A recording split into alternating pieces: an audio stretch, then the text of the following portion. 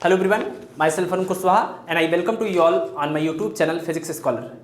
तो पिछले दो लेक्चर में मैकेनिक्स के लेक्चर 01 और 02 में हम लोगों ने वेक्टर अलजेब्रा को बहुत ही डिटेल में पढ़ लिया है और स्केलर और वेक्टर प्रोडक्ट को भी पढ़ लिया है।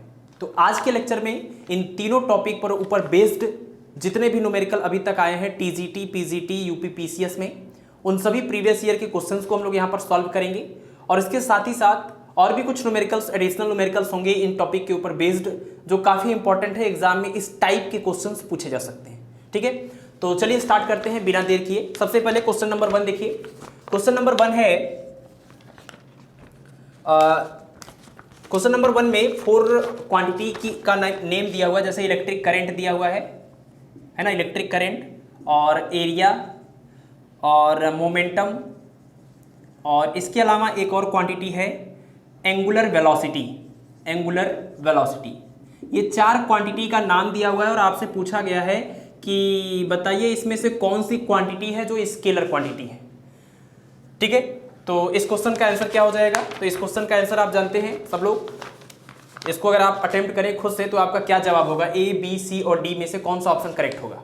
आप चाहे तो जो भी क्वेश्चन, अभी तो ये इस तरह के क्वेश्चन है कि आप देख के ही आंसर बता सकते हैं, बट आगे के क्वेश्चन जो हम लोग यहाँ पर करने वाले हैं, आप पहले क्वेश्चन को पढ़िएगा और वीडियो को पॉज करके फिर आप सॉल्व करिएगा। उसके बाद फिर वीडियो को रिज्यूम करिएगा, फिर देखिएगा कि क्या आपका आंसर इस रियल आंसर से मैच कर रहा है कि नहीं कर रहा है ना। तो इससे आपका कॉन्सेप्ट और क्लियर होता जाएगा।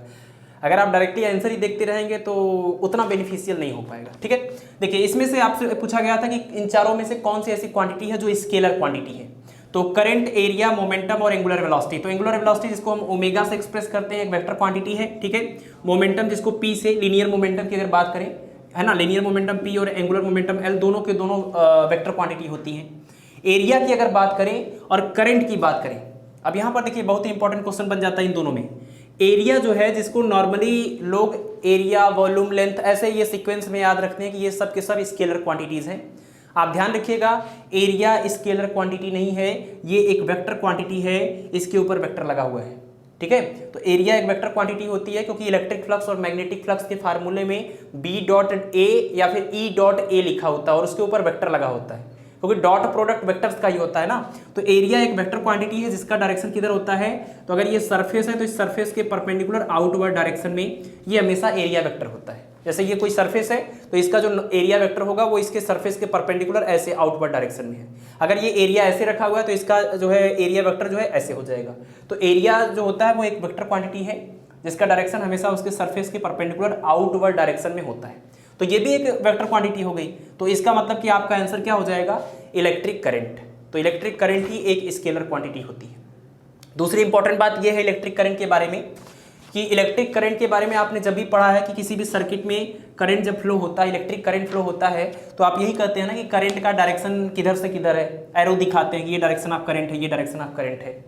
तो इंपॉर्टेंट बात यह है कि अगर करंट के पास डायरेक्शन है तो फिर ये स्केलर कैसे हुआ? तो आप याद रखिए कि करंट जो है इसके पास डायरेक्शन होता है, इसके पास मैग्नीट्यूड भी होता है, लेकिन फिर भी ये एक स्केलर क्वांटिटी है, वेक्टर नहीं है। क्योंकि वेक्टर होने के लिए सिर्फ और सिर्फ मैग्नीट्यूड और डायरेक्शन ही काफी नहीं है, इसके अलावा एक चीज और जरूरी है कि वो वेक्टर अलजेब्रा के रूल्स को फॉलो करना चाहिए। ठीक है ना, कोई भी ऐसी क्वांटिटी जिसके पास सिर्फ मैग्नीट्यूड और डायरेक्शन हो और वो वेक्टर अलजेब्रा के रूल को फॉलो ना करता हो तो फिर वो वेक्टर क्वांटिटी नहीं हो सकती। तो इलेक्ट्रिक करंट इसी टाइप की क्वांटिटी है, मैग्नीट्यूड भी है, डायरेक्शन भी है, लेकिन इस वेक्टर अलजेब्रा के रूल को, ट्रायंगल लॉ को, पैरेललोग्राम जो लॉ होते हैं उनको ये फॉलो नहीं करता। इसी वजह से हम करंट को स्केलर क्वांटिटी मानते हैं। ये रूल को फॉलो नहीं करता है तो इसका मतलब क्या? इसका मतलब ये कि अगर किसी, ये मान लीजिए जंक्शन है और कुछ वायर है ना, इधर से आके ये ब्रांच इधर से जुड़ी हुई है 3 एम्पियर 2 एम्पियर, तो यहाँ पर जो रिजल्टेंट मिलता है वो 5 एम्पियर। अगर आप इनके बीच का सेपरेशन थोड़ा बढ़ा भी दें, इसको मान लीजिए शिफ्ट करके यहाँ पर कर दें, ऐसे में भी रिजल्ट मिलता है 5 एम्पियर। तो इसका मतलब कि जो रिजल्ट मिल रहा है वो सीधे सीधे इनको जोड़ने से, यानी कि जो नॉर्मल अलजेब्रा या स्केलर अलजेब्रा होता है उसी के अनुसार सीधे सीधे जोड़ देंगे तो 5 एम्पियर आ जाएगा। इस बात पर ये डिपेंड नहीं करता कि इन दोनों वेक्टर के बीच का एंगल कितना है। ठीक है। तो इस वजह से इलेक्ट्रिक करंट को स्केलर क्वांटिटी माना जाता है। बहुत ही इंपॉर्टेंट बात है, ये आप ध्यान रखिएगा, क्योंकि बहुत सारे लोगों को ये लगता है कि करंट के पास डायरेक्शन है तो वेक्टर क्वांटिटी होगी, लेकिन ऐसा नहीं है। और दूसरी इंपॉर्टेंट बात ये भी कि एरिया जिसको आप स्केलर सोच रहे होंगे, ज़्यादातर लोग सोच रहे होंगे, वो एक स्केलर क्वांटिटी नहीं है बल्कि एक वेक्टर क्वांटिटी है जिसका डायरेक्शन उसके सरफेस के बिल्कुल परपेंडिकुलर बाहर की दिशा में होता है। ठीक है, तो इस क्वेश्चन से ये दो इंपॉर्टेंट बात आपको सीखनी है। देखिए, मेरा ये मानना है कि बहुत ज़्यादा नंबर ऑफ क्वेश्चन सॉल्व करके आप वो चीज़ गेन नहीं कर सकते जितना कि कुछ खास तरह के क्वेश्चंस को करते टाइम उसके ऑप्शन में जब इसको आप एनालिसिस करते हैं ना, तो ये जो इन्फॉर्मेशन मिलती है वो आपके लिए बहुत इंपॉर्टेंट हो जाता है। हो सकता है कि अगली बार क्वेश्चन एरिया को लेकर ही पूछा जाए, स्केलर वेक्टर या इसके डायरेक्शन को लेकर, तो इस वजह से जो ऑप्शन दिया रहता है ना उसका एनालिसिस बहुत जरूरी होता है। क्वेश्चन भले आपने अभी तक एक ही सॉल्व किया है बट चीज़ें आपने कई जान ली हैं। ठीक, चलिए नेक्स्ट क्वेश्चन की ओर बढ़ते हैं। Question number 2, question number 2 given है कि A B C same plane में लाई करते हैं।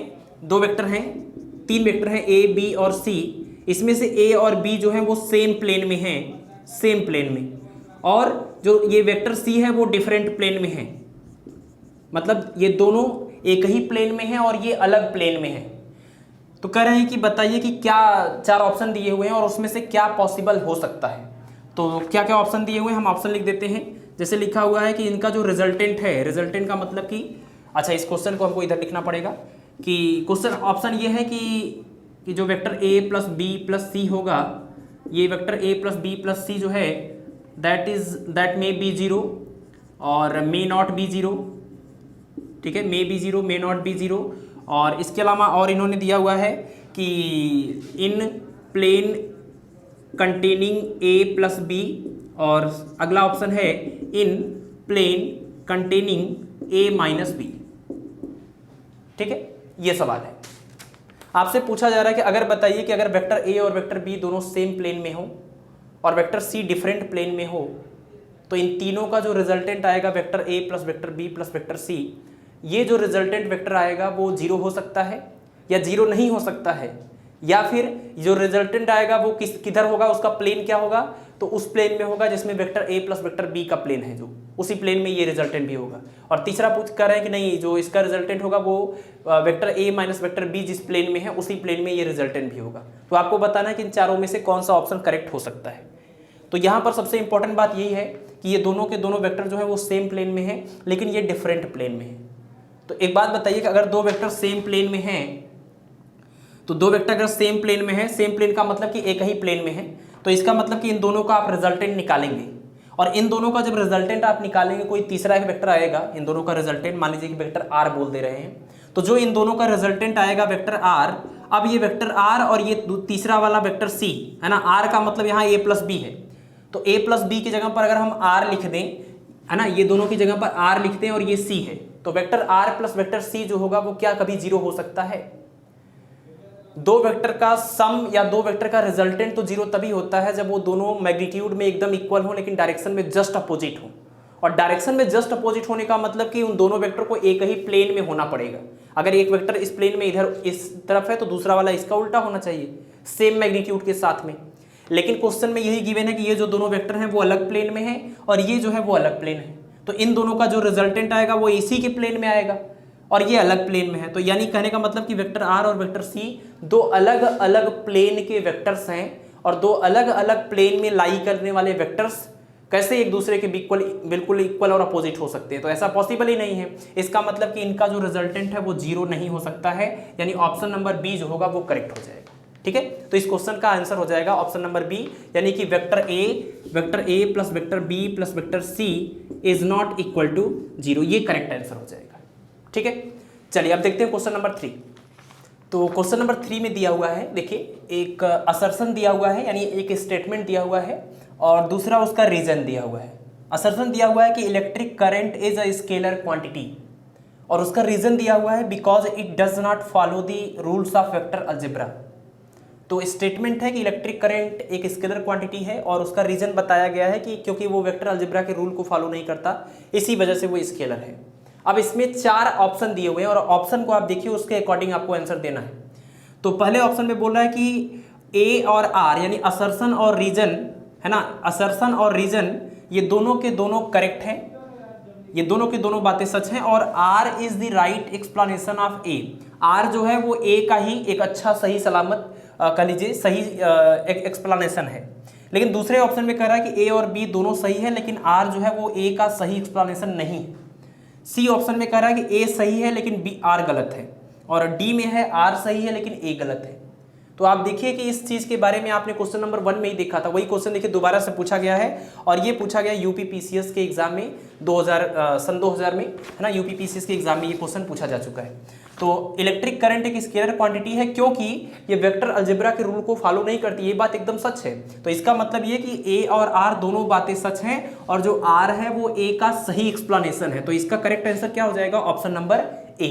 ऑप्शन नंबर ए इसका करेक्ट ऑप्शन हो जाएगा। नेक्स्ट क्वेश्चन नंबर 4 आप देखिए।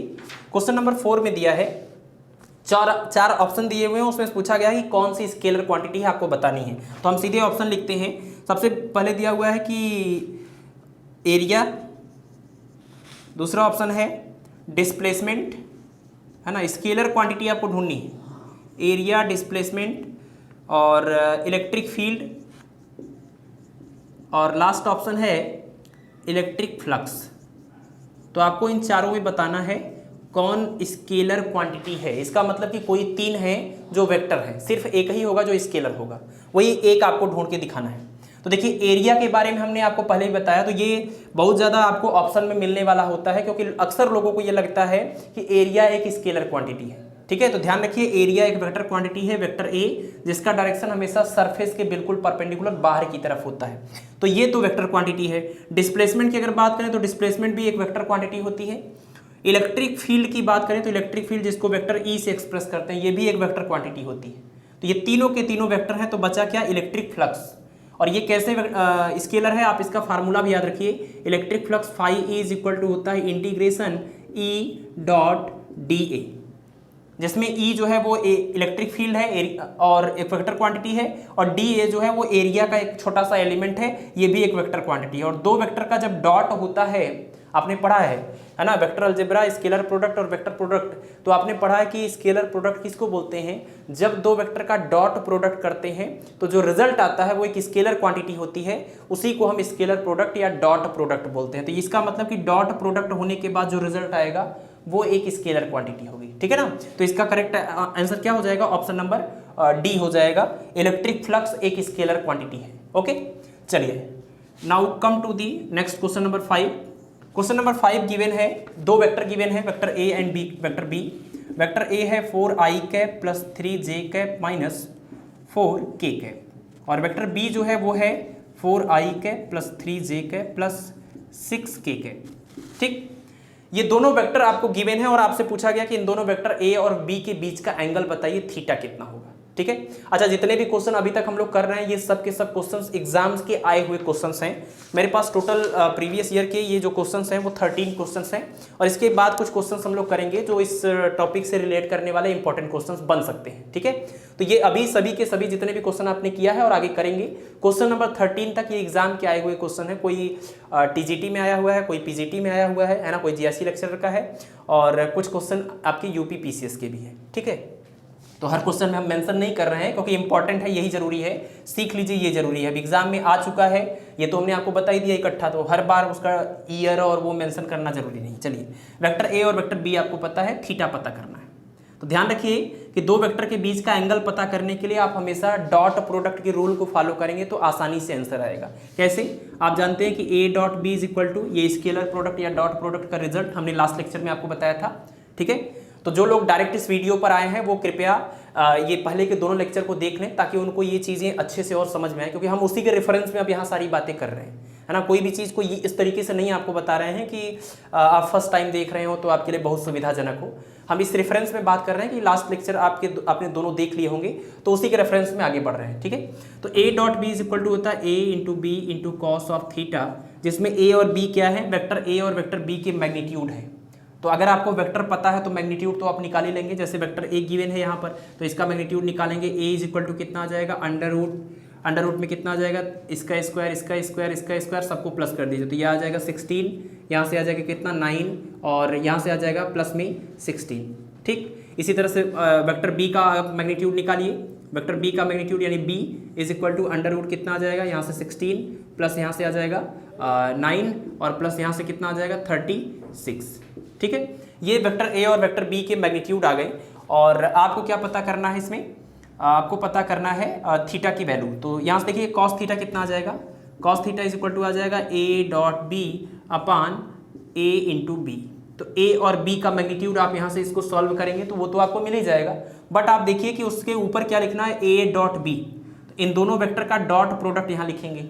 डॉट प्रोडक्ट में हमने आपको हिंट दिया है कि सीधे सीधे आंसर लिखना है, आई कैप और आई कैप के गुणांकों को आपस में गुणा करिए, जे कैप और जे कैप को मल्टीप्लाई करिए, के कैप और के कैप के जो कोफिशिएंट है उनका मल्टीप्लाई करिए। तो देखिए यहाँ 4 + 4 करेंगे कितना आ जाएगा ऊपर 16 प्लस में, यहाँ से 3 + 3 करें 3 × 3 करेंगे 9 आएगा, और यहाँ पर माइनस और ये प्लस तो माइनस में आ जाएगा, और 6 × 4 करेंगे 24।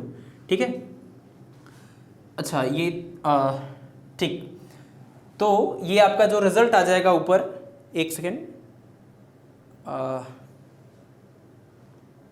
यहाँ कुछ गड़बड़ है।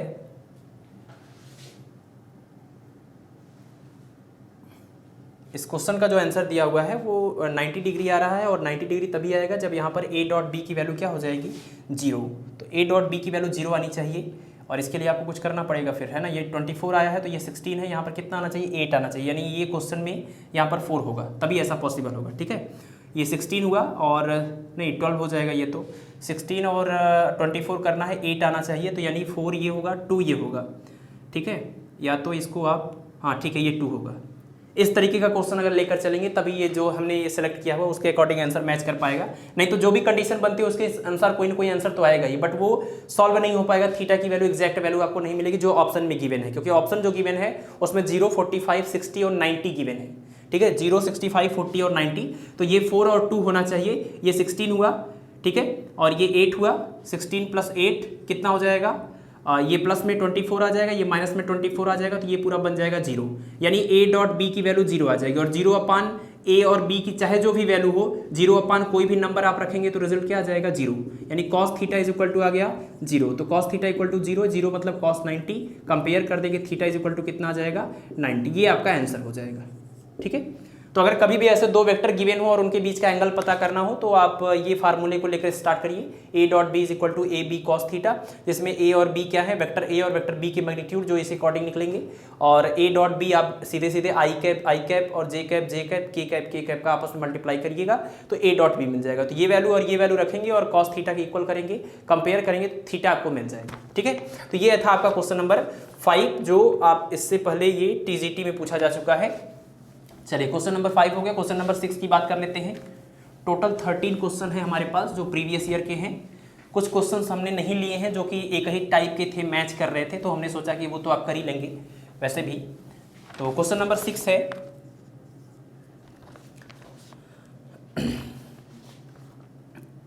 Vector A and vector B are perpendicular. ये दो वेक्टर हैं जो एक दूसरे के परपेंडिकुलर हैं, और आपको गिवन है vector A is equal to 5i cap plus 7j cap और -3k कैप, और वेक्टर बी गिवन है 2i cap plus 2j cap और -ak कैप। करें कि अगर वेक्टर ए और वेक्टर बी दोनों परपेंडिकुलर हैं और वेक्टर ए और वेक्टर बी दोनों गिवन है इस तरीके से क्वेश्चन में, तो आपको पता करना है कि ये जो ए आया है इसकी वैल्यू कितनी होगी। तो देखिए इसके लिए क्या करेंगे, आपने एक प्रॉपर्टी पढ़ी है कि अगर दो वेक्टर एक दूसरे के बिल्कुल परपेंडिकुलर हो तो उनका डॉट प्रोडक्ट क्या आएगा, ए डॉट बी कितना आएगा, तो A dot B equal to A B cos theta, theta में 90 रखेंगे तो पूरा 0 आ जाएगा, यानी A dot B is equal to 0। ये कब आता है, जब थीटा इज इक्वल टू होता है 90 डिग्री। तो अगर दोनों वेक्टर बिल्कुल परपेंडिकुलर है तो उनका डॉट प्रोडक्ट 0 आता है, बहुत इंपॉर्टेंट रिजल्ट है ये। तो अगर ये दोनों भी परपेंडिकुलर है, क्वेश्चन में आपको पहले ही बता दिया गया है, तो इनका भी dot product is equal to 0 होगा। तो इनका भी डॉट प्रोडक्ट करिए, 5 × 2 करेंगे प्लस में 10, 7 × 2 करेंगे प्लस में 14, और -3 और ये माइनस में a कितना आ जाएगा, प्लस में 3a इज इक्वल टू कितना लिखेंगे 0, क्योंकि दोनों जो है परपेंडिकुलर है। तो ये 24 plus 3a is equal to हो जाएगा 0, 3a इज इक्वल टू हो जाएगा -24, a इज इक्वल टू हो जाएगा -8। तो अगर दोनों वेक्टर बिल्कुल परपेंडिकुलर है तो a की वैल्यू कितनी आ जाएगी, -8 आ जाएगी। आप इसी प्रॉपर्टी से सॉल्व करेंगे, तुरंत आंसर आ जाएगा। ठीक है, बिना देर किए। चलिए नेक्स्ट क्वेश्चन की ओर बढ़ते हैं। क्वेश्चन नंबर 7 है। क्वेश्चन नंबर 7 में थोड़ा सा ट्रिकी है। क्वेश्चन नंबर 7 में दिया हुआ है कि एक किसी पॉइंट पर टॉर्क काम कर रहा है और आपको फोर्स काम कर रहा है, आपको टॉर्क निकालना है। तो जैसे देखिए आप क्वेश्चन नंबर 7 के लिए हम ये मान रहे हैं कि अगर मान लीजिए कोई एक्सिस ऑफ रोटेशन है और यहाँ से ऐसे कुछ डिस्टेंस पर यहाँ पर एक पॉइंट है और उस पॉइंट का पोजीशन वेक्टर r0 है और यहाँ पर एक फोर्स काम कर रहा है F, ठीक है। फोर्स की वैल्यू आपको गिवन है वेक्टर के फॉर्म में 4i cap minus 5j cap plus 3k cap. इतना फोर्स काम कर रहा है इस पॉइंट r0 पर। r0 जो है उसका पोजीशन वेक्टर दिया हुआ है, r0 इज इक्वल टू है i cap plus 2j cap plus 3k cap, ये गिवन है। तो क्वेश्चन में ये पूछा है कि अगर एक पॉइंट हो r is equal to 3i cap minus 2j cap minus 3k cap. Suppose कि ये r है तो r इज इक्वल टू है 3i cap minus 2j cap minus 3k cap. तो क्वेश्चन का कहना है कि अगर इस पोजीशन वेक्टर पर ये फोर्स काम कर रहा हो तो इस वाले पॉइंट पर कितना टॉर्क लग रहा होगा। तो टॉर्क के लिए आप याद रखिए कि टॉर्क जो है वो क्रॉस प्रोडक्ट का एग्जाम्पल है। कुछ एग्जाम्पल आपको हमने पिछले लास्ट लेक्चर में मिस कर दिया था बताने के लिए कि डॉट प्रोडक्ट और क्रॉस प्रोडक्ट की कौन कौन से एग्जाम्पल्स हैं। तो जैसे देखिए डॉट प्रोडक्ट की बात करें तो आप कुछ एग्जाम्पल याद कर लीजिए, यहाँ पर आप मेंशन कर सकते हैं। वर्क डन जो होता है वो F मतलब फोर्स और डिस्प्लेसमेंट D कह लीजिए, तो इन दोनों के डॉट प्रोडक्ट के इक्वल होता है फोर्स। तो ये एक डॉट प्रोडक्ट का एक एग्जांपल है। कभी भी आपको वर्क निकालना है तो फोर्स और डिस्प्लेसमेंट का डॉट प्रोडक्ट करिएगा तो आपका सही आंसर आएगा। और दूसरा एग्जांपल आप ये याद रखिए कि power, electric power P is equal to F dot V, ठीक है। P is equal to F dot V, ये भी एक फार्मूला आप याद रखिए कि power is equal to force और वेलोसिटी दोनों का डॉट प्रोडक्ट है। इसके अलावा इलेक्ट्रिक फ्लक्स की बात करें, मैग्नेटिक फ्लक्स की बात करें, सपोज इलेक्ट्रिक फ्लक्स ही है तो ये इस तरीके से लिखा जाता है E डॉट DA। इसी को और भी तरीके से लिखा जाता है ऐसे E dot A, uniform field के लिए और ये नॉन यूनिफॉर्म के लिए। तो ये सब के सब डॉट प्रोडक्ट या स्केलर प्रोडक्ट के एग्जाम्पल्स हैं। वेक्टर प्रोडक्ट का भी एग्जाम्पल आप जरूर नोट कर लेंगे, बहुत सारे क्वेश्चंस पूछे जाते हैं इसके ऊपर। जैसे कि यही आपका जो क्वेश्चन है वो क्रॉस प्रोडक्ट के ऊपर है, सॉरी वेक्टर प्रोडक्ट या क्रॉस प्रोडक्ट के ऊपर है। तो इसका एक एग्जाम्पल आप देखिए, tau is equal to torque is equal to होता है R क्रॉस F, ठीक है। टॉर्क निकालने के लिए R का F के साथ क्रॉस प्रोडक्ट करना है। और दूसरा क्या है, अच्छा ये जो R है वो क्या है, तो इसमें R जो है वो फोर्स और मतलब जहाँ पर फोर्स अप्लाई हो रहा है वो पॉइंट और जिसके अबाउट हो रहा आपको पता करना है उसके बीच का ये परपेंडिकुलर डिस्टेंस है या उसका वेक्टर है। इसके अलावा और भी एग्जांपल्स हैं, जैसे आप देखिए vector v is equal to होता है ओमेगा क्रॉस r, जहाँ पर v लीनियर वेलोसिटी है, ओमेगा एंगुलर वेलोसिटी है, r जो है वो रेडियस वेक्टर है। इसके अलावा भी एग्जांपल्स हैं, जैसे l इज इक्वल टू होता है angular momentum, l is equal to r cross p। तो ये सब के सब एग्जाम्पल किसके हैं, ये वेक्टर प्रोडक्ट के एग्जाम्पल्स हैं या क्रॉस प्रोडक्ट के एग्जाम्पल्स हैं। और ये सब के सब डॉट प्रोडक्ट कह लीजिए या स्केलर प्रोडक्ट के एग्जाम्पल्स हैं। तो बहुत सारे न्यूमेरिकल, इनमें से ये जो 6 एग्जाम्पल हमने लिखे हैं इसमें से मोस्टली आपको जो है वर्क के ऊपर, प्रेशर, ये पावर के ऊपर, टॉर्क के ऊपर और ये एंगुलर मोमेंटम जो है इसके ऊपर क्वेश्चंस पूछे जाते हैं। तो आप एक एग्जाम्पल याद रखिएगा, इस पर बेस्ड क्वेश्चंस आते हैं। तो जैसे इसी क्वेश्चन को अगर सॉल्व करना हो, मान लीजिए इस पॉइंट पर एक फोर्स लग रहा है और इस पॉइंट का पोजीशन वेक्टर भी गिवन है और आपको इस पॉइंट के अबाउट टॉर्क पता करना है। तो जिस पॉइंट के अबाउट टॉर्क पता करना है आपको देखना पड़ेगा कि उस पॉइंट से जहां पर फोर्स लग रहा है उसके बीच का पोजीशन वेक्टर क्या है या परपेंडिकुलर पोजीशन वेक्टर क्या है। तो यानी आपको ये वाला वेक्टर पता होना चाहिए, ये वाला वेक्टर। और इस वेक्टर को अगर हम मान लीजिए ये वेक्टर r है और ये r0 है, तो इस वाले वेक्टर की अगर हम बात करें तो इसको हम वेक्टर r डैश अगर बोल दें तो वेक्टर r डैश आपको पता होना चाहिए। और r डैश जैसे ही पता चल जाएगा तो इस r डैश का f के साथ क्रॉस कर देंगे तो आपको टॉर्क मिल जाएगा, ठीक है। तो इस वजह से यहाँ से देखिए कैसे सॉल्व करेंगे। सबसे पहले r डैश जो वेक्टर है उसको कैलकुलेट कर लेते हैं।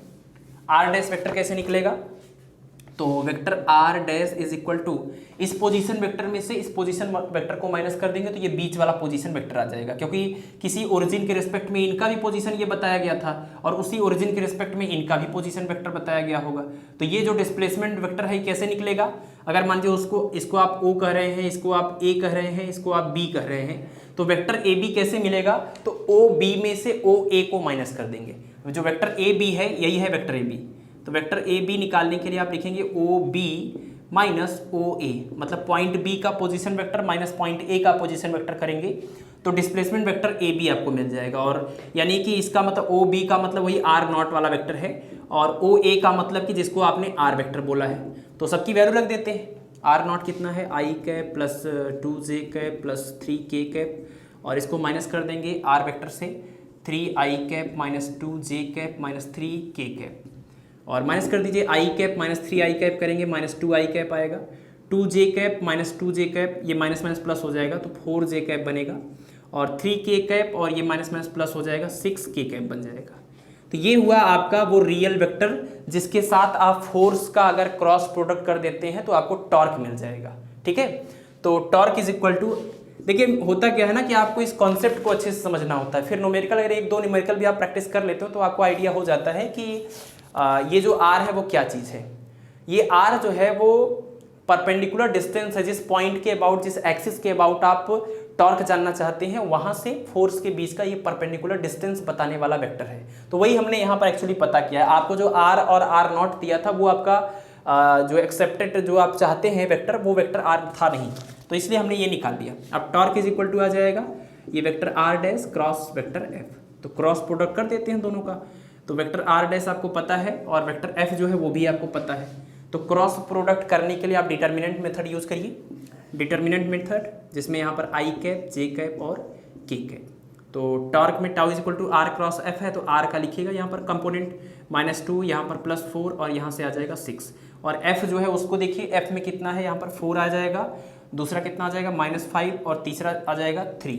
इसी को सॉल्व करिए, ये होता है प्लस, ये माइनस और ये प्लस, तो यानी प्लस में आई कैप है ना, प्लस में आई कैप और ब्रैकेट में ये पूरा कॉलम छोड़ेंगे, ये रो छोड़ेंगे, ये 12 आ जाएगा, और माइनस में 30 और ये बीच में माइनस रहता ही है, तो 12 माइनस और ये -30, तो माइनस और माइनस मिलके प्लस हो जाएगा। फिर उसके बाद ये तो आई कैप हुआ, उसके बाद माइनस ऑफ जे कैप लिखेंगे, ये कॉलम छूटेगा, ये रो छूटेगा, यहाँ से आ जाएगा ब्रैकेट में -6, यहाँ से आ जाएगा माइनस में 24। फिर प्लस में के कैप लिखेंगे, ये कॉलम छूटेगा, ये रो छूटेगा, यहाँ से आ जाएगा 10 और ब्रैकेट में आ जाएगा 4 × 4 16।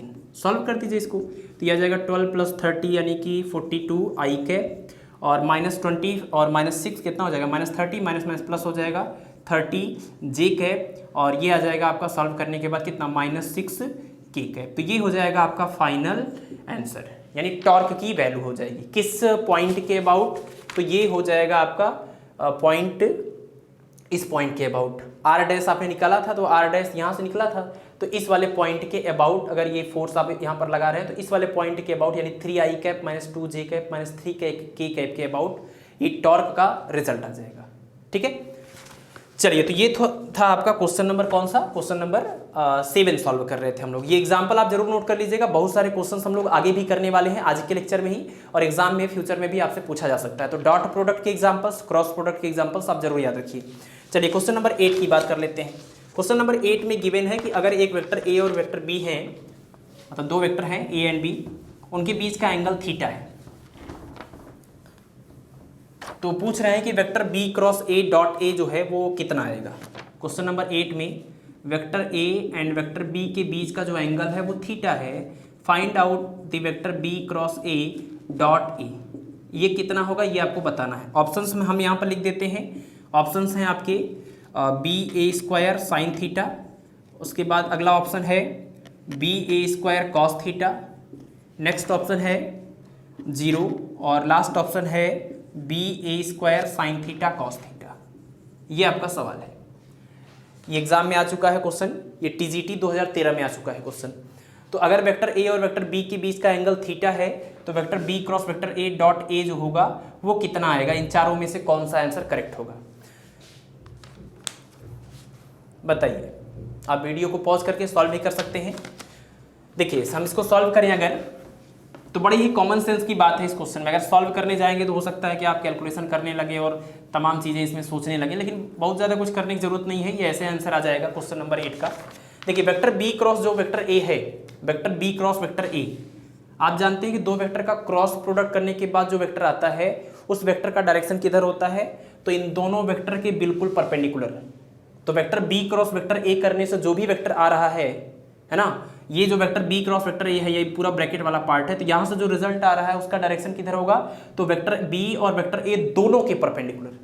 तो दोनों के परपेंडिकुलर में से अब आप देखिए कि जो वेक्टर आ रहा है वो ए के भी परपेंडिकुलर, बी के भी परपेंडिकुलर, आगे डॉट प्रोडक्ट ए के साथ हो रहा है। तो कोई भी ऐसा वेक्टर जो वेक्टर ए के परपेंडिकुलर है, अगर उसको हम ए के साथ डॉट प्रोडक्ट करेंगे तो रिजल्ट क्या आएगा।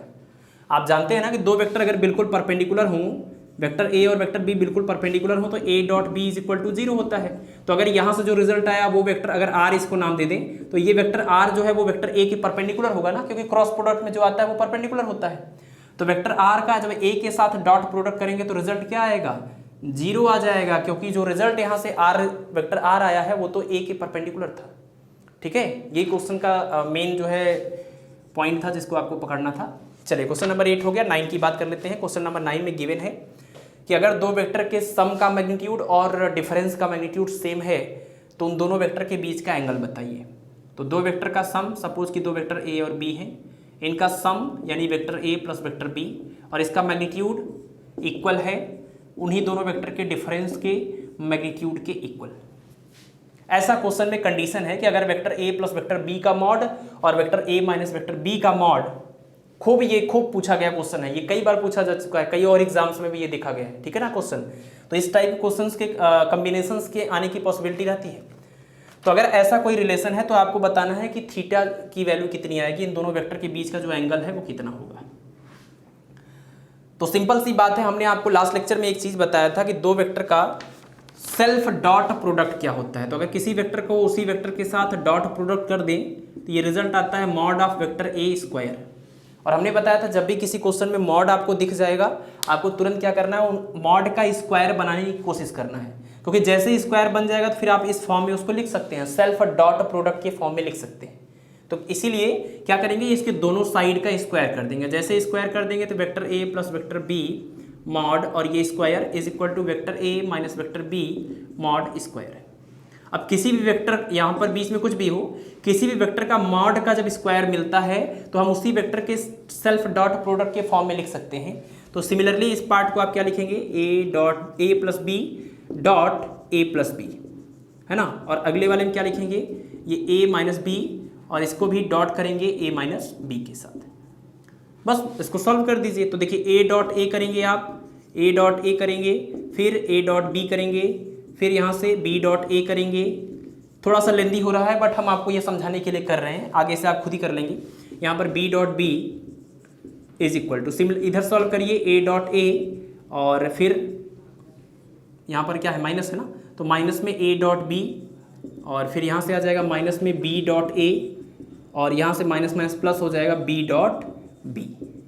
इस तरीके से आपने क्या किया, सेल्फ डॉट प्रोडक्ट की जो प्रॉपर्टी है उसको आपने यूज किया है, और उसको जब यूज करेंगे तो ये रिजल्ट आपका आ गया। देखिए ए डॉट ए मतलब होता है ए स्क्वायर, और ए डॉट ए यहाँ पर भी है, ए स्क्वायर पूरा कैंसिल हो जाएगा। ए डॉट बी और बी डॉट ए दोनों सेम होता है, क्योंकि डॉट प्रोडक्ट जो होता है वो कम्यूटेटिव प्रॉपर्टी को फॉलो करता है, क्रम विनिमय नियम का पालन करता है। तो A dot B dot A दोनों सेम हो जाएगा, और ठीक है, यानी इन दोनों को हम जोड़ के लिख सकते हैं 2a dot B, 2a dot B, और b डॉट बी प्लस में b डॉट बी यानी b स्क्वायर, ये दोनों कैंसिल हो जाएंगे।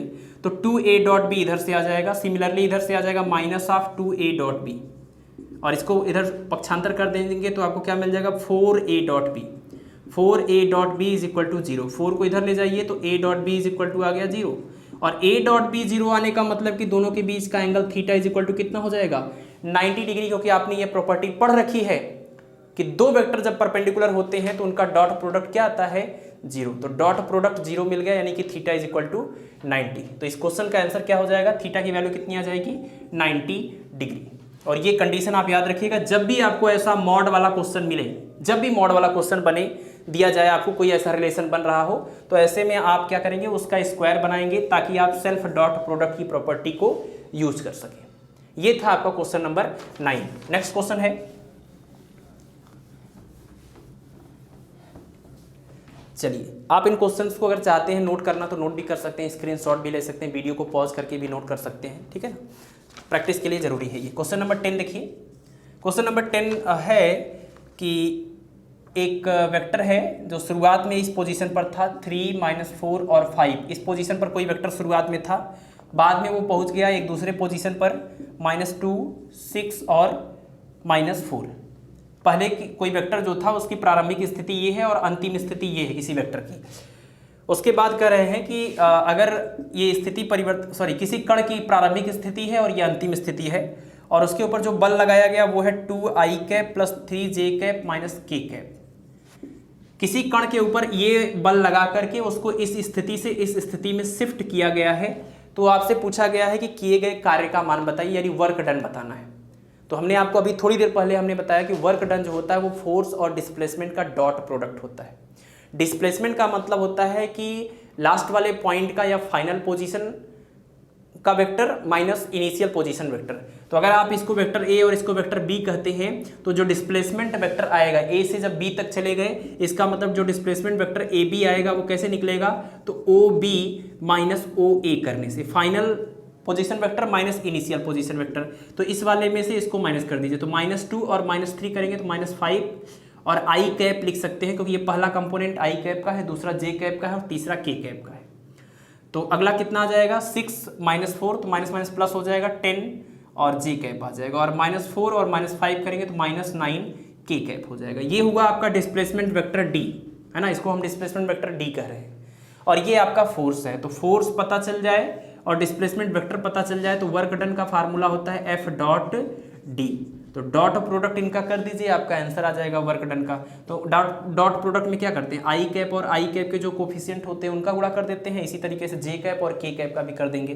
तो ये आ जाएगा 2 × -5 यानी कितना -10 और +3 और +10 यानी कि 30 और -9 और -1 यानी कि प्लस में 9। तो -10 + 9 कितना आ जाएगा -1 और +30 यानी कितना आ जाएगा 29, और ये वर्क डन है तो आंसर आपका जूल में आ जाएगा। अगर ये डिस्प्लेसमेंट जो है वो मीटर में है, फोर्स न्यूटन में है, तो वर्क डन जो है वो जूल में आ जाएगा। ये था आपका क्वेश्चन नंबर 10। चलिए इसी तरह से कुछ और भी क्वेश्चंस हैं, अभी प्रीवियस ईयर के ही क्वेश्चंस हैं ये सब। देखिए आप सब लोग क्या करेंगे, पहले आप पीछे के जो लेक्चर्स हैं उनको अच्छी तरीके से डॉट प्रोडक्ट को और क्रॉस प्रोडक्ट को पढ़ लेंगे, तभी ये क्वेश्चन आपके लिए जो है करने में आसानी होगी। नहीं तो ये फिर आप ज़्यादा टाइम लगाएंगे तो फिर क्या फ़ायदा है, कंपटीशन में टाइम का ही तो इम्पोर्टेंस है। तो क्वेश्चन नंबर 11 है आपका, आई कैप प्लस जे कैप, ये एक वेक्टर है I cap plus J cap और एक दूसरा वेक्टर है जे कैप प्लस के कैप, इन दोनों वेक्टर के बीच का एंगल बताना है। I cap plus J cap और J cap plus K cap के बीच का एंगल बताना है। तो सपोज अगर हम इसको बोले वेक्टर ए और ये है आपका वेक्टर बी, तो आपको इन दोनों वेक्टर के बीच का एंगल बताना है। तो दो वेक्टर के बीच का एंगल बताने के लिए आपको हमेशा क्रॉस प्रोडक्ट रूल को ही फॉलो करना है। तो क्रॉस प्रोडक्ट रूल के according A dot B is equal to होता है ए बी कॉस थीटा। तो ए डॉट बी यहाँ से आप निकालेंगे, डॉट प्रोडक्ट करिए, आई कैप का आई कैप है ही नहीं, तो आई कैप का जे कैप और के कैप के साथ करेंगे तो 0 आएगा, लेकिन जे कैप का जे कैप के साथ करेंगे तो 1 आएगा, जे कैप का के कैप के साथ करेंगे 0 आएगा। तो इन दोनों वेक्टर्स का जब हम आपस में डॉट प्रोडक्ट करेंगे, जो हमने रूल आपको बताया, तो उसके अकॉर्डिंग रिजल्ट कितना आ रहा है, सिर्फ इसी में 1 आ रहा है, बाकी सब 0। तो ये 1 आ जाएगा। इज इक्वल टू ए की वैल्यू कितनी आएगी, ए मतलब इस वेक्टर का मैग्नीट्यूड, तो इस वेक्टर का magnitude under root I cap के कोफिशिएंट का स्क्वायर प्लस जे कैप के कोफिशिएंट का स्क्वायर इंटू बी यानी इसका मैग्नीट्यूड, तो जे कैप का कोफिशिएंट का स्क्वायर प्लस के कैप के कोफिशिएंट का स्क्वायर और कॉस थीटा। सॉल्व कर दीजिए, यहाँ पर 1 इज इक्वल टू ये आ जाएगा अंडर रूट 2, यहाँ से भी अंडर रूट 2 और कॉस थीटा, ये दोनों मल्टीप्लाई करेंगे 2 बन जाएगा, तो 1/2 is equal to cos theta. तो cos theta is equal to 1/2 यानी cos 60, theta is equal to कितना आ जाएगा 60 डिग्री। तो I cap plus J cap और J cap plus K cap के बीच का जो एंगल आएगा वो 60 डिग्री आ जाएगा। ये भी प्रीवियस ईयर का क्वेश्चन है आपका।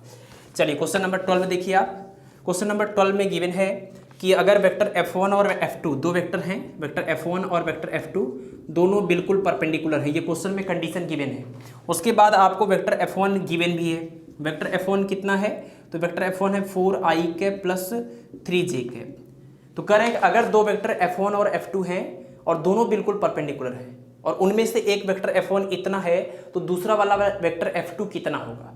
और आप देखिए ऑप्शन यहाँ पर क्या दिया हुआ है, ऐसे क्वेश्चन को ऑप्शन से सॉल्व करना ज़्यादा सुविधाजनक होता है, ज़्यादा अच्छे से आपका रिजल्ट आसानी से आ जाता है। तो ऑप्शन जो है उसको आप जरा देखिएगा। ऑप्शन ए गिवन है 4i cap plus 3j cap और बी है 6i कैप, सी है k कैप और डी है 6i cap minus 4j cap. ये आपके चारों ऑप्शन गिवन है और क्वेश्चन में ये गिवन है कि जो F2 आपको F1 ये है और जो F2 होगा वो F1 के बिल्कुल परपेंडिकुलर होगा। तो आपने पढ़ा है ना कि दो वेक्टर अगर बिल्कुल परपेंडिकुलर हो तो उनका डॉट प्रोडक्ट तो जीरो आता है। तो आप देख लीजिए कि इस F1 के साथ कौन सा F2 लेने पर डॉट प्रोडक्ट करेंगे तो जीरो आएगा, वही हो रहा आपका होगा F2, दूसरा तो वही हो नहीं सकता क्योंकि F1 और F2 अगर परपेंडिकुलर है तो डॉट प्रोडक्ट तो जीरो ही आएगा। तो F2 इसी में से ढूंढ लीजिए कि कौन सा है जिसका हम इसके साथ डॉट प्रोडक्ट करेंगे तो रिजल्ट जीरो आएगा। तो देखिए आई कैप प्लस जे कैप ये इसमें है, 4i cap plus 3j cap है, लेकिन k कैप तो है नहीं। तो आप इसमें से कोई ऐसा ऑप्शन ढूंढ लीजिए जिसमें सिर्फ k कैप हो, क्योंकि k कैप का इसमें k कैप है नहीं तो ये तो जीरो होना है, और i कैप और j कैप है तो इसमें i कैप और j कैप नहीं है। तो डॉट प्रोडक्ट करेंगे i कैप का k कैप के साथ जीरो और j कैप का k कैप के साथ जीरो, तो ये पूरा रिजल्ट क्या आ जाएगा जीरो। यानी इसी को आपको अपना F2 लेना चाहिए, क्योंकि अगर ये F2 होगा तो F1 के साथ डॉट प्रोडक्ट करेंगे तो जीरो आएगा। इसका मतलब कि ये जो है ये वेक्टर और ये वाला वेक्टर दोनों क्या होंगे, परपेंडिकुलर। तो ऐसे सवालों में आपको ऑप्शन से लगाना, क्वेश्चन को सॉल्व करना ज़्यादा सुविधाजनक होता है, जल्दी से रिजल्ट आ जाता है। ठीक है, चलिए एक लास्ट क्वेश्चन प्रीवियस ईयर का हम लोग देखने वाले हैं। जो लास्ट क्वेश्चन है वो भी कुछ इसी टाइप का है और उसमें भी दिया हुआ है एक वेक्टर और उसके परपेंडिकुलर दूसरा वेक्टर आपको सेलेक्ट करना है। ये आप मान लीजिए सेम टाइप का क्वेश्चन है, ये भी एग्जाम में आ चुका है। दिया हुआ है कि vector perpendicular to 4i cap minus 3j cap, इस वेक्टर के परपेंडिकुलर कौन सा वेक्टर होगा। Options are 4i cap plus 3j cap, दूसरा ऑप्शन है 7k कैप, तीसरा ऑप्शन है 6i कैप और चौथा ऑप्शन है यानी option D 3i cap plus 4j cap. यानी इस वेक्टर के परपेंडिकुलर वेक्टर इन चारों में से कौन सा होने वाला है। तो सेम प्रॉपर्टी को आप यूज करिए कि जो भी इसमें से होगा उसके परपेंडिकुलर उसके साथ डॉट प्रोडक्ट करने पर रिजल्ट जीरो आएगा। ऑप्शन से ही सोचना ज़्यादा सुविधाजनक है। ये देखिए 4i cap minus 3j cap है और इसमें k कैप नहीं है, तो फिर से वही आप देखिए तुरंत आपको ये आंसर मिल जाना चाहिए क्योंकि उसमें k कैप सिर्फ है और इसमें i कैप और j कैप है। तो डॉट प्रोडक्ट करेंगे तो रिजल्ट जीरो आएगा और परपेंडिकुलर में रिजल्ट जीरो ही आता है डॉट का। तो ऐसे क्वेश्चन को ऑप्शन से आप करेंगे तुरंत आंसर आ जाएगा। और ये क्वेश्चन देखिए ये ये क्वेश्चन इससे ज़्यादा बार भी एक आध बार और आए हुए हैं, तो हमने सिर्फ 2 बार उसमें से सेलेक्ट किया है, बाकी को हमने छोड़ दिया है। तो आप कर सकते हैं। तो क्वेश्चन काफ़ी इंपॉर्टेंट है कि अगर दो वेक्टर परपेंडिकुलर हैं तो क्या कंडीशन बनती है, काफ़ी इंपॉर्टेंट कंडीशन है। ठीक है, तो ये तो सारे अभी तक जो आपने क्वेश्चंस किए वो सब टीजीटी पीजीटी है ना, जीआईसी लेक्चरर और यूपी पीसीएस के एग्जाम में आ चुके हुए क्वेश्चंस हैं। बट अभी कुछ और भी क्वेश्चंस हम लोग करेंगे जो स्केलर और वेक्टर प्रोडक्ट के ऊपर बेस्ड होंगे, काफ़ी इंपॉर्टेंट क्वेश्चंस होंगे। तो आप इसको भी करिए क्योंकि कॉन्सेप्ट आप क्लियर रखेंगे तभी क्वेश्चंस कोई भी किसी भी तरीके का हो आप सॉल्व कर सकते हैं। तो नेक्स्ट क्वेश्चन नंबर हम स्टार्ट कर रहे हैं। आपका ये कितने हो गए अभी तक, 13 हो गए। क्वेश्चन नंबर 14 से आप देखिए, क्वेश्चन नंबर 14 इसमें देखिए ये कंडीशन है कि अगर ये नदी है, एक रिवर है और कंडीशन ये है क्वेश्चन कि आपको यहाँ से सपोज कि जाना है और सीधे पहुँचना है यहाँ तक। कंडीशन ये है कि एक नदी है जिसमें जो है धारा प्रवाहित हो रही है ना, वाटर करंट फ्लो हो रहा है। तो वाटर करंट जो फ्लो हो रहा है उसकी स्पीड गिवन है और उसकी स्पीड कितनी है 5 किलोमीटर पर आवर। ये जो वाटर की स्पीड है वाटर करंट की वो है 5 किलोमीटर पर आवर और इसमें एक बोट है, उस बोट की भी स्पीड गिवन है, उसकी स्पीड है आपकी 10 किलोमीटर पर आवर।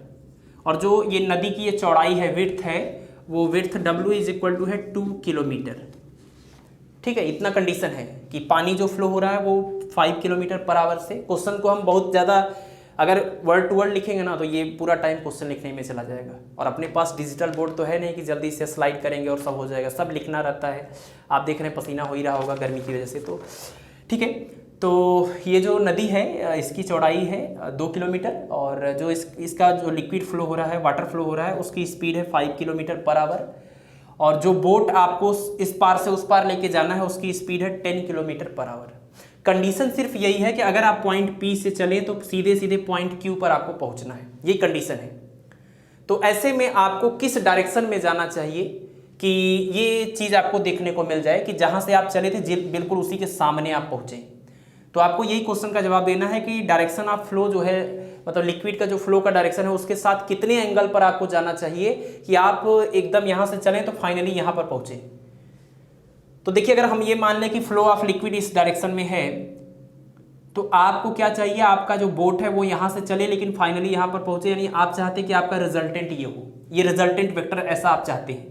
और ये रिजल्टेंट वेक्टर भले आप चाहते हैं, लेकिन आप ध्यान रखिए कि ये जो लिक्विड इसके अंदर फ्लो हो रहा है उसका ये डायरेक्शन है फ्लो का। सपोज कि यहाँ से हम दिखा दे रहे हैं पॉइंट से, ये इसके फ्लो का डायरेक्शन है।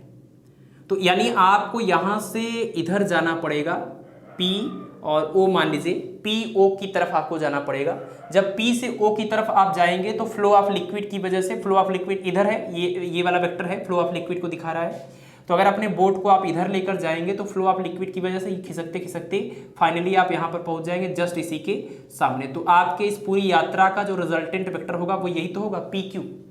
तो यानी कि आप ये कह सकते हैं यहाँ पर कि वेक्टर PQ जो है वो रिजल्टेंट है किसका, PO प्लस OQ का, PO प्लस OQ का रिजल्टेंट वेक्टर है ये। तो आपको ऐसे में यही अल्फा पता करना है, और ये direction of flow of liquid है ना, तो कुल मिला के आपको ये थीटा पता करना है ये। तो ये पूरा पता करने के लिए आप देखिए ये इतना तो 90 डिग्री का एंगल है, यही बीच वाला एंगल पता कर लीजिए, तो आपको पता चल जाएगा कि जो लिक्विड का फ्लो है उसके साथ कितने एंगल का कोण बनाते हुए आपको बोट को लेकर जाना चाहिए कि ये कंडीशन सेटिस्फाई हो जाए। तो यही एंगल को अगर हम अल्फा मान लें, और ये अल्फा है, ये 90 डिग्री का है, तो यहाँ से साइन अल्फा यूज करिए। Sine alpha is equal to क्या हो जाएगा, perpendicular upon hypotenuse, perpendicular upon hypotenuse. तो परपेंडिकुलर जो है ये फ्लो ऑफ लिक्विड को दिखा रहा है 5 किलोमीटर पर आवर, और ये जो हाइपोटेन्यूज है वो बोट की स्पीड को दिखा रहा है 10 किलोमीटर पर आवर। तो sine alpha is equal to perpendicular 5 upon hypotenuse h, तो 5/10 यानी 1/2। तो sine alpha is equal to 1/2, 1/2 को क्या लिख सकते हैं, साइन 30। तो sine alpha is equal to sine 30, तो अल्फा इज इक्वल टू आ जाएगा 30। तो ये पूरा एंगल कितना आ जाएगा, थीटा इज इक्वल टू कितना आ जाएगा, ये 90 और प्लस में अल्फा, 90 प्लस अल्फा, तो 90 प्लस 30 कर देंगे, कितना रिजल्ट आ जाएगा, 120 डिग्री। तो ये बोट वाला जो क्वेश्चन है ये खास करके वेक्टर वाले केस में इस तरह के क्वेश्चंस पूछे जा सकते हैं, और ऐसे क्वेश्चंस आते हैं तो ज़्यादातर प्रोबेबिलिटी होती है लोग छोड़ देते हैं इसको, सोच ही नहीं पाते हैं, है ना, या सोचना ही नहीं चाहते हैं इसके अंदर। तो ध्यान रखना है आपको कि अगर ऐसा कोई भी क्वेश्चन आता है तो जो आप फाइनली करना चाहते हैं वो आपका रिजल्टेंट वेक्टर होगा, और उसके लिए जो भी आपके पास कंडीशंस अवेलेबल हैं उनको आप देखिए, और जो भी पूछा जा रहा है फिर उसी हिसाब से, अब जैसे अल्फा इन्होंने पूछा हुआ था तो अल्फा हमने निकाल लिया, ठीक है।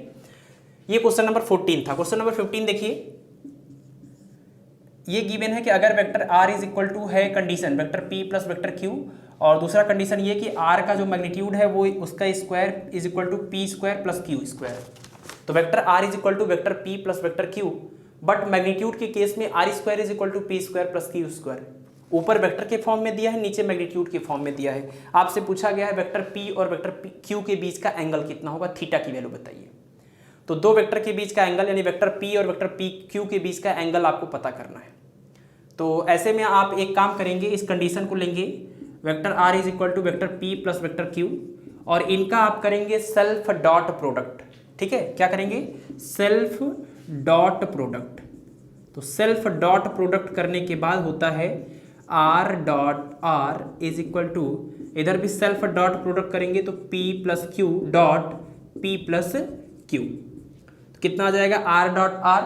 तो जो आपने प्रॉपर्टी पढ़ी थी a dot a is equal to a square, तो r dot r is equal to r square यानी मैग्नीट्यूड का स्क्वायर, p डॉट p करेंगे तो p स्क्वायर आ जाएगा, और यहाँ से करेंगे अगले में तो p डॉट q मिलेगा, नेक्स्ट q डॉट p मिलेगा, और उसके आगे आपको मिलेगा q डॉट q यानी कि q स्क्वायर मिलेगा।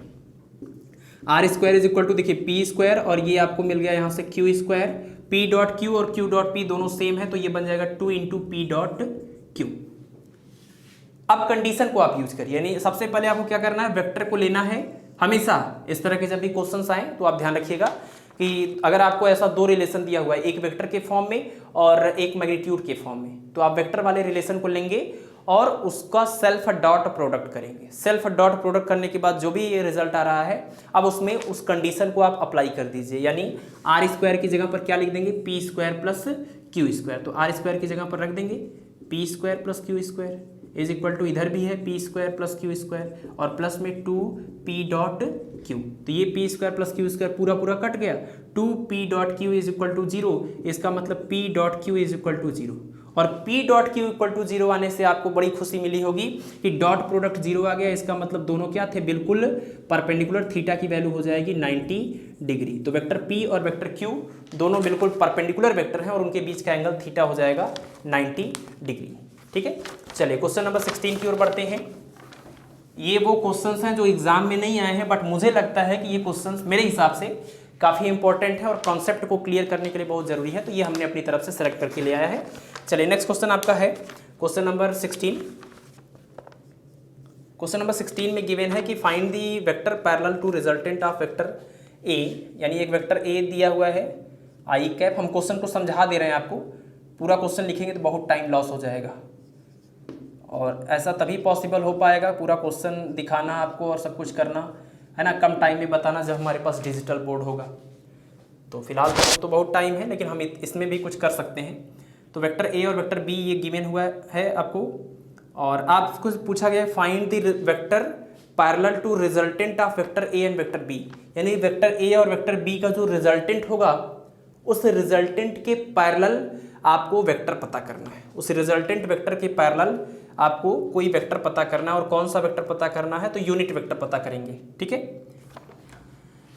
तो इन दोनों का पहले रिजल्टेंट तो पता कर लें, फिर उसके पैरेलल या उसके डायरेक्शन में वेक्टर भी पता कर लेंगे। तो देखिए ए और बी इन दोनों का रिजल्टेंट अगर आर है तो vector R is equal to vector A plus vector B, तो इनको प्लस कर दीजिए। तो ये 3 + 1 यानी कि 4i कैप, और -5 + 4 कितना हो जाएगा -j कैप, -2 + 1 कितना हो जाएगा -1k कैप, यानी -k कैप। ये हुआ आपका रिजल्टेंट वेक्टर। क्वेश्चन में दिया था कि इस वेक्टर ए और वेक्टर बी दोनों के रिजल्टेंट वेक्टर के पैरेलल यूनिट वेक्टर पता करिए। तो रिजल्टेंट वेक्टर तो आ गया, बट इसके पैरेलल किसी वेक्टर की अगर बात हो रही होगी तो इसका क्या मतलब है, तो किसी भी वेक्टर के पैरेलल जो वेक्टर होता है वो कौन होता है। तो अगर मान लीजिए कोई वेक्टर है तो उसके पैरेलल अगर किसी वेक्टर को पता करने की बात की जा रही है, इसका मतलब कि उस वेक्टर का भी डायरेक्शन वही है जो कि इस वेक्टर का डायरेक्शन है, और इसके मैग्नीट्यूड के बारे में नहीं कुछ कहा गया। दैट मीन्स आपसे यूनिट वेक्टर पूछा जा रहा है। तो किसी भी वेक्टर आर के पैरेलल कोई वेक्टर पता करने का मतलब कि इसके पैरेलल यूनिट वेक्टर पता करना है, यानी आर कैप पता करना है। ठीक है, किसी वेक्टर के पैरेलल वेक्टर का मतलब, किसी वेक्टर के पैरेलल का मतलब उसके डायरेक्शन में यूनिट वेक्टर पता करिए। तो आर आपको पता चल गया, तो आपका टारगेट है आर कैप पता करना। और आर कैप के लिए फार्मूला क्या होगा, यूनिट वेक्टर के लिए फार्मूला क्या होता है कि जब उस वेक्टर को उसके मैग्नीट्यूड से डिवाइड करते हैं, तो वेक्टर तो आपको मिल गया लेकिन मैग्नीट्यूड नहीं मिला है, तो मैग्नीट्यूड निकाल लेते हैं यहाँ से। आर इज इक्वल टू आ जाएगा √ ये 16 आ जाएगा, है ना, यहाँ पर 1 आ जाएगा, यहाँ पर भी 1 आ जाएगा। 16 + 2 कितना हो जाएगा 18 को आप लिखेंगे 9 × 2, 9 को में से 3 बाहर निकलेगा 3√2, ये मॉड ऑफ आर आ जाएगा वेक्टर आर। तो रख दीजिए यहाँ पर आर कैप की जगह पर कितना 4i cap -j cap -k cap, और अपान में इसका मॉड यानी कि 3√2, यही हो जाएगा आपका आंसर। और ये क्या है, ये क्या है, तो ये है एक वेक्टर, यूनिट वेक्टर। किसके डायरेक्शन में, वेक्टर आर के डायरेक्शन में कहिए या वेक्टर आर के पैरेलल कहिए, है ना, पैरेलल वेक्टर का डायरेक्शन सेम होता है। तो ये जो यूनिट वेक्टर है वो वेक्टर आर के पैरेलल डायरेक्शन में है, और वेक्टर आर क्या है, तो इस वेक्टर ए और वेक्टर बी दोनों का रिजल्टेंट। तो क्वेश्चन के अकॉर्डिंग कि ए और बी के रिजल्टेंट वेक्टर के पैरेलल वेक्टर पता करिए, तो ए और बी के रिजल्टेंट वेक्टर के पैरेलल ये वेक्टर आर कैप हो जाएगा। नेक्स्ट क्वेश्चन 16 के बाद 17 है, 2-3 क्वेश्चन और हम लोग करेंगे। अगला क्वेश्चन है, इसमें दिया हुआ है कि वेक्टर ए और vector B are the sides of parallelogram. Vector A और वेक्टर बी क्या है, किसी पैरेललोग्राम के 2 साइड हैं। पैरेललोग्राम आप समझते हैं, जो आपने लॉ पढ़ा था, law of triangle, law of parallelogram. तो ये वेक्टर ए और वेक्टर बी जो है वो पैरेललोग्राम के 2 एडजेसेंट साइड हैं, और इनका एरिया गिवन है। इस पैरेललोग्राम का एरिया कितना है, AB/2। तो कह रहे हैं कि find the angle between vector A and vector B. अगर किसी पैरेललोग्राम के, पैरेललोग्राम इस तरीके का होता है ये, है ना, इस पैरेललोग्राम के 2 वेक्टर हैं, अगर ये वेक्टर ए है तो ये वेक्टर बी है। तो किसी पैरेललोग्राम के 2 एडजेसेंट साइड आपको गिवन है और इसका एरिया भी गिवन है। तो आपसे पूछा गया कि इन दोनों वेक्टर के बीच का एंगल थीटा बताना है। तो देखिए, अगर किसी पैरेललोग्राम के 2 एडजेसेंट साइड आपको पता चल जाए तो उनका एरिया निकालने का फार्मूला क्या होता है, यानी area of parallelogram is equal to, formula होता है A क्रॉस B। अगर ये A और B इसके एडजेसेंट साइड हैं तो A क्रॉस B करने से जो रिजल्ट आता है वो इस पैरेललोग्राम के एरिया के इक्वल होता है। तो area parallelogram A cross B से निकलता है, और क्वेश्चन में इसकी वैल्यू कितनी है, AB/2, है ना। क्वेश्चन में इसकी वैल्यू कितनी है, तो एरिया की वैल्यू है AB/2, यानी कि आप ये कह सकते हैं कि इस एरिया का ये मैग्नीट्यूड गिवन है, तो इसमें आपको क्या पता करना है, थीटा की वैल्यू पता करनी है। तो इसको सॉल्व कर दीजिए आप। इस एरिया का मैग्नीट्यूड कितना है, ए बी बाई 2। सॉल्व करिए, ए बी साइन थीटा और एन कैप इसका मैग्नीट्यूड है ए बी बाई 2 के इक्वल। तो मैग्नीट्यूड निकालेंगे तो ए का मैग्नीट्यूड ए, बी का बी, साइन थीटा की जगह साइन थीटा, और एन कैप यूनिट वेक्टर है तो इसका मैग्नीट्यूड 1 हो जाएगा, तो 1 और A B by 2। A B से ए बी कैंसिल हो जाएगा, तो sine theta is equal to मिल जाएगा 1/2। 1/2 को लिखेंगे साइन 30, तो रिजल्ट आ जाएगा theta is equal to 30 degree. यानी वेक्टर ए और वेक्टर बी के बीच का एंगल थीटा कितना आ जाएगा, 30 डिग्री। ये आपका क्वेश्चन नंबर 17 हो गया। और इस क्वेश्चन से इंपॉर्टेंट बात जो है सीखने वाली वो ये कि एरिया पैरेललोग्राम का कॉन्सेप्ट क्या है। तो अगर कोई पैरेललोग्राम हो और उसके दो एडजेसेंट साइड मतलब संगत भुजाएं, अगल बगल वाली भुजाएं दी हो, तो उनका एरिया निकालने के लिए आप उनका क्रॉस प्रोडक्ट कर सकते हैं। लेकिन क्रॉस प्रोडक्ट करने से जो रिजल्ट आएगा वो तो वेक्टर के फॉर्म में आएगा, क्योंकि क्रॉस प्रोडक्ट को ही हम वेक्टर प्रोडक्ट बोलते थे। तो लेकिन ये जो रिजल्ट आपको दिया हुआ है एरिया का, वो तो मैग्नीट्यूड में दिया है, वेक्टर में दिया नहीं है, आई कैप जे कैप के कैप में तो दिया नहीं है। तो इसी वजह से हमने यहाँ पर मॉड लगाया है, क्योंकि हम मैग्नीट्यूड के इक्वल दिखा रहे थे इसको। ठीक, चलिए क्वेश्चन नंबर 18। क्वेश्चन नंबर 18 है, determine the unit vector perpendicular to both vector A and vector B. Vector A is equal to 2i cap plus J cap plus K cap and vector B equal to i cap minus J cap plus 2 K cap. Question ये कहा गया है कि इन दोनों vector के दोनों के perpendicular unit vector पता करिए। तो दो वेक्टर के परपेंडिकुलर यूनिट वेक्टर पता करने के लिए आपको क्रॉस प्रोडक्ट के फार्मूले में जाना पड़ेगा। A cross B is equal to A B sine theta. इसमें जो एन कैप आता है वो एन कैप क्या होता है, इस ए और बी दोनों के बिल्कुल परपेंडिकुलर होता है और यूनिट वेक्टर भी होता है। तो अगर आप इसी का मॉड निकालेंगे इस इक्वेशन का, या तो आप देख लीजिए एक तरीका और हमने आपको बताया था, एन कैप या यूनिट वेक्टर पता करने के लिए क्या करते हैं, किसी भी वेक्टर को उसके मैग्नीट्यूड से डिवाइड करते हैं। तो अगर आपके पास वेक्टर है ए क्रॉस वेक्टर बी, तो उसको आप उसी के मैग्नीट्यूड से डिवाइड कर दीजिए, तो ये जो रिजल्ट आएगा वो क्या होगा, यूनिट वेक्टर होगा। और ये यूनिट वेक्टर का डायरेक्शन अभी किधर होगा, तो ए क्रॉस बी यहाँ लिखा हुआ है ना वेक्टर, तो ए क्रॉस बी की वजह से जो रिजल्ट आता है उसका डायरेक्शन जो होता है वो ए के भी परपेंडिकुलर होता है और बी के भी परपेंडिकुलर होता है। तो इसी ए क्रॉस बी के डायरेक्शन में एन कैप है, तो इसका मतलब एन कैप भी ए के भी परपेंडिकुलर है और बी के भी परपेंडिकुलर है। तो पहली बात तो यूनिट वेक्टर का जो फार्मूला होता है बेसिक कॉन्सेप्ट उसको यूज किया हमने। और दूसरी बात ये कि यहाँ पर क्रॉस प्रोडक्ट आया है, तो क्रॉस प्रोडक्ट करने से जो रिजल्ट आता है उसका डायरेक्शन किधर होता है, तो इन दोनों के बिल्कुल परपेंडिकुलर। तो क्वेश्चन में गिवन था कि वेक्टर ए और वेक्टर बी दोनों के परपेंडिकुलर यूनिट वेक्टर पता करिए, तो हमने यूनिट वेक्टर का ये फार्मूला यूज किया और क्रॉस प्रोडक्ट लगा हुआ है, तो इसका मतलब दोनों के ये परपेंडिकुलर है। तो ए क्रॉस बी आप निकाल लेंगे इसका, है ना। ए क्रॉस बी आप कैसे निकालेंगे, तो चलिए सॉल्व करते हैं इस क्वेश्चन को, क्योंकि ए क्रॉस बी भी निकालना तो आपको आना चाहिए। ए क्रॉस बी यहाँ पर आई कैप जे कैप और के कैप लिखते हैं, और वेक्टर ए में देखिए कितना लिखा हुआ 2, यहाँ पर +1, यहाँ पर +1, और बी में लिखा हुआ 1, जे में -1 और यहाँ पर +2। इसी को सॉल्व करेंगे, आई कैप ये छूटेगा 2, है ना, और -1 और माइनस माइनस प्लस हो जाएगा। फिर माइनस में जे कैप लिखेंगे, ये छूटेगा और ये छूटेगा 4 और -1 यानी कि 3 आ जाएगा। फिर प्लस में के कैप लिखेंगे, ये छूटेगा ये आ जाएगा -2 और -1। तो रिजल्ट आ गया 3 आई कैप -3 जे कैप और -3 के कैप। ये हो गया ए क्रॉस बी।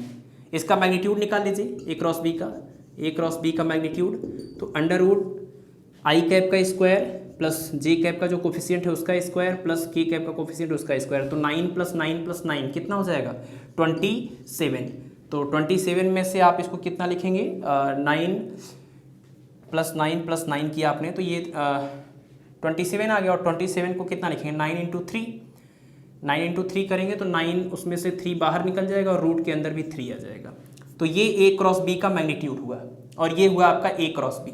रख दीजिए यहाँ पर ए क्रॉस बी की वैल्यू, और 3 को कॉमन ले लीजिए। 3 को कॉमन ले लेंगे तो ब्रैकेट में आ जाएगा आई कैप -जे कैप -के कैप अपान 3√3। जैसे ये कैंसिल हो जाएगा, ये आपका फाइनल आंसर हो जाएगा। और ये जो रिजल्ट है वो एक यूनिट वेक्टर का रिजल्ट है। डायरेक्शन किधर है इसका, तो ए और बी दोनों के परपेंडिकुलर है, क्योंकि क्रॉस प्रोडक्ट वहाँ बीच में लगा हुआ है। ठीक है, चलिए क्वेश्चन नंबर 18 के बाद नेक्स्ट क्वेश्चन है हमारा, बस 1 से 2 क्वेश्चन और करने वाले हम लोग, इसके बाद ये लेक्चर कंप्लीट हो जाएगा आपका। क्वेश्चन नंबर 19, इसमें गिवन है कि अगर एक वेक्टर ए है, A is equal to I cap minus 2 J cap minus 3 K cap, और बी इज इक्वल टू है 2 I cap plus J cap और माइनस के कैप, और vector C is equal to है I cap plus 3 J cap minus 2 K cap. ठीक है, और आपको क्या पता करना है, आपको पता करना है vector A dot B cross C, vector A dot B cross C. देखिए A dot B cross C को हम बोलते हैं स्केलर ट्रिपल प्रोडक्ट, है ना, स्केलर ट्रिपल प्रोडक्ट। इसको ध्यान रखिए आप, इसको स्केलर ट्रिपल प्रोडक्ट बोला जाता है।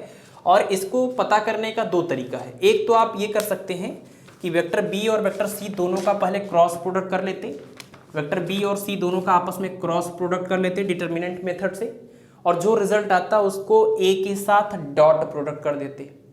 या तो दूसरा जो रिजल्ट है हम उसकी बात करें, अगर इसी चीज़ को अगर आप डायरेक्टली लिखना चाहते हैं डिटर्मिनेंट के फॉर्म में, तो यहाँ पर पहले वाले वेक्टर का कंपोनेंट लिखिए, फिर उसके बाद दूसरे का कंपोनेंट लिखिए और तीसरे का कंपोनेंट लिखिए, और जैसे डिटर्मिनेंट को सॉल्व किया जाता है उसी मेथड से आप इसको सॉल्व कर दीजिए, सीधे सीधे डायरेक्टली आपका आंसर आ जाएगा ए डॉट बी क्रॉस सी का। ठीक है, तो ए डॉट बी क्रॉस सी यानी स्केलर ट्रिपल प्रोडक्ट को सॉल्व करने का डिटर्मिनेंट मेथड डायरेक्ट आप यूज करिए, जल्दी से रिजल्ट आएगा और गलतियों के चांसेस भी कम होंगे। तो क्या लिखा जाएगा यहाँ पर, देखिए यहाँ पर आएगा 1, फिर -2 और -3, नेक्स्ट यहाँ से आ जाएगा 2 और 1 और -1, इसमें आ जाएगा 1, 3 और -2। इसी को आपको सॉल्व करना है। इस वाले पार्ट को प्लस लेंगे, ये माइनस माना जाएगा और ये प्लस माना जाएगा। तो 1 को जैसे आप लिखेंगे 1, तो ये पूरा कॉलम छूटेगा, ये रो छूट जाएगा, तो ये आ जाएगा -2 और ये प्लस हो जाएगा 3। ठीक है, ये आपको यहाँ पर माइनस लगाना है, और जैसे ही माइनस आप लिखेंगे, मतलब ये माइनस लिखेंगे और ये माइनस भी था, तो माइनस माइनस क्या हो जाएगा, प्लस हो जाएगा, +2, और ये पूरा कॉलम छूटेगा, ये पूरा रो छूटेगा, है ना, ये कॉलम छूटा, ये रो छूटा, तो कितना आ जाएगा, ये आ जाएगा -4 और ये +1 हो जाएगा, -4 + 1, और ये -3 अगला स्टेप है, ये प्लस में लिया जाता है लेकिन यहाँ माइनस है तो -3, ये पूरा कॉलम छूटेगा, ये रो छूटेगा, तो यहाँ पर आ जाएगा 6 - 1, 6 - 1, सॉल्व कर दीजिए। 3 - 2 यानी 1, और -4 + 3 यानी -3, और -3 × 2 करेंगे कितना आ जाएगा, -6, यहाँ से आ जाएगा 5, और 5 × -3 यानी -15, तो -15 और -6 कितना हो जाएगा आपका, ये हो जाएगा -21, -21 + 1 करेंगे तो -20, तो और -20 देखिए यहाँ पर आया है, -20 मतलब एक स्केलर नंबर, तो स्केलर नंबर इसलिए आया है क्योंकि ये एक स्केलर ट्रिपल प्रोडक्ट है, और इस वजह से भी आप देख लीजिए यहाँ से भी ये B क्रॉस C करने से एक वेक्टर आएगा, और वेक्टर का जब A के साथ डॉट प्रोडक्ट करेंगे तो डॉट ही आएगा, मतलब स्केलर ही तो रिजल्ट आएगा, क्योंकि डॉट प्रोडक्ट को ही स्केलर प्रोडक्ट बोलते हैं। ठीक है, तो ये है आपका क्वेश्चन नंबर 19। अब 1 से 2 क्वेश्चन हमारे पास और बच गए हैं, उसको देख लीजिए कैसे सॉल्व करेंगे। एक क्वेश्चन हम सॉल्व करेंगे और एक आपके लिए रहेगा, क्योंकि हमने इतने क्वेश्चन सॉल्व किए हैं, तो एक आध क्वेश्चन तो आप भी ट्राई करिएंगे, है ना। क्वेश्चन नंबर 20 देखिए आप सीधे, क्वेश्चन नंबर 20 में एक रिलेशन दिया हुआ है कि mod of A cross B is equal to mod of A dot B। आपको A और B के बीच का एंगल बताना है, आपको वेक्टर A और वेक्टर B के बीच का एंगल बताना है। तो A क्रॉस B को आप ओपन करिए, A B sin theta n cap, और A डॉट B को भी ओपन करिए, A B cos theta. Mod सबका निकालिए, तो मॉड निकालेंगे A B sin थीटा ऐसे निकल जाएगा, और n कैप का मॉड हो जाएगा 1 क्योंकि यूनिट वेक्टर है, और यहाँ से कुछ नहीं होगा, ऐसे आ जाएगा A B cos theta, A B से A B कैंसिल हो जाएगा, और sin थीटा cos थीटा इधर आके क्या बन जाएगा, tan theta. tan theta is equal to 1 आया, और 1 को आप tan कितना लिख सकते हैं, 45 डिग्री, तो थीटा का आंसर कितना आ जाएगा, 45 डिग्री। ठीक है, ये आपका आंसर हो जाएगा। तो इस तरह के कई बार रिलेशन भी दिए रहते हैं, जैसे आपने पीछे वेक्टर और उसके मैग्नीट्यूड का रिलेशन देखा, मॉड वाले क्वेश्चन आपने देखे, ये सब क्वेश्चंस की पॉसिबिलिटी थोड़ी ज़्यादा होती है। तो अगर आप लोग प्रीवियस ईयर क्वेश्चन को, किसी बुक को आप फॉलो कर रहे होंगे, तो आपको इसका जरूर आइडिया लग रहा होगा कि किस तरह के क्वेश्चन ज़्यादा पूछे गए हैं। ठीक है ना, चलिए लास्ट क्वेश्चन है, और आपका ये होमवर्क है, आप इसको जरूर करके आइएगा, है ना। करके आइएगा मतलब कि आना नहीं है यहाँ हमारे पास, करके आपको जो है कमेंट बॉक्स में अपना आंसर बता देना है। आंसर हम ओपन नहीं कर रहे हैं, हम वहाँ पर आपको रिप्लाई करेंगे, आप कमेंट जरूर करिएगा। क्वेश्चन है कि ये angular velocity omega is equal to I cap -2 J cap + 2 K cap है, और एक पोजीशन वेक्टर या radial vector r is equal to दिया हुआ है 4 जे कैप -3 के कैप। आपको लीनियर वेलोसिटी v की वैल्यू बतानी है। ठीक है, वेक्टर ओमेगा और वेक्टर r गिवन है, वेक्टर v आपको पता करना है। तो हमने जितने भी चीज़ें अभी तक आपको बताई हैं, अगर आप उन सब चीज़ों को फॉलो कर रहे हैं तो इस क्वेश्चन को आप जरूर कर लेंगे। आप लोग इसको जरूर से जरूर करिएगा और अपना जो भी आंसर आपका आ रहा होगा उसको आप कमेंट बॉक्स में बताइएगा, ठीक है। अगर आपको इसमें दिक्कत हो रही होगी तो नेक्स्ट लेक्चर में इस क्वेश्चन को हम पॉइंट आउट कर देंगे, ठीक है। चलिए आज के लिए इतना ही, और रात के 1:30 बज गए हैं। मिलते हैं आपसे नेक्स्ट लेक्चर में, नेक्स्ट डे मिलेंगे आप, और आप पढ़ाई करते रहिए। अगले दिन में हम इसके जो बचे हुए और टॉपिक हैं उसको लेकर आएंगे। धन्यवाद।